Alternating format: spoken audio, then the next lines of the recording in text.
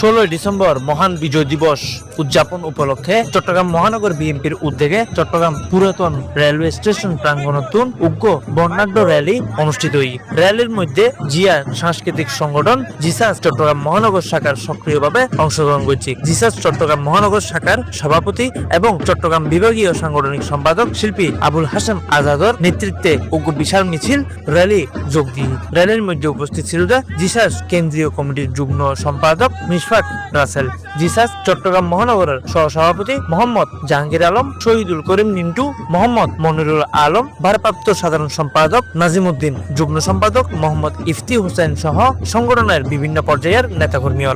এছাড়াও আরো উপস্থিত রয়েছে মোহাম্মদ শামসুল আলম, মোহাম্মদ তারেক, মোহাম্মদ নেজাম, মোহাম্মদ ইরজউদ্দিন, মোহাম্মদ মনসুর, মোহাম্মদ সবুজ, নিশাত আলাউদ্দিন মিয়া, ইদ্রিস আজিজ, মোহাম্মদ রাব্বি, মোহাম্মদ রাহুল, মোহাম্মদ আবুল, হারুন, বেলাল, মোহাম্মদ হৃদয়, সোবহান, সাকিব, মোহাম্মদ রহমান, সবুজ, মোহাম্মদ রাজু, মোহাম্মদ রিপন ও মোহাম্মদ ইকবাল সহ আরো অসংখ্য নেতাকর্মী এতে উপস্থিত ছিল।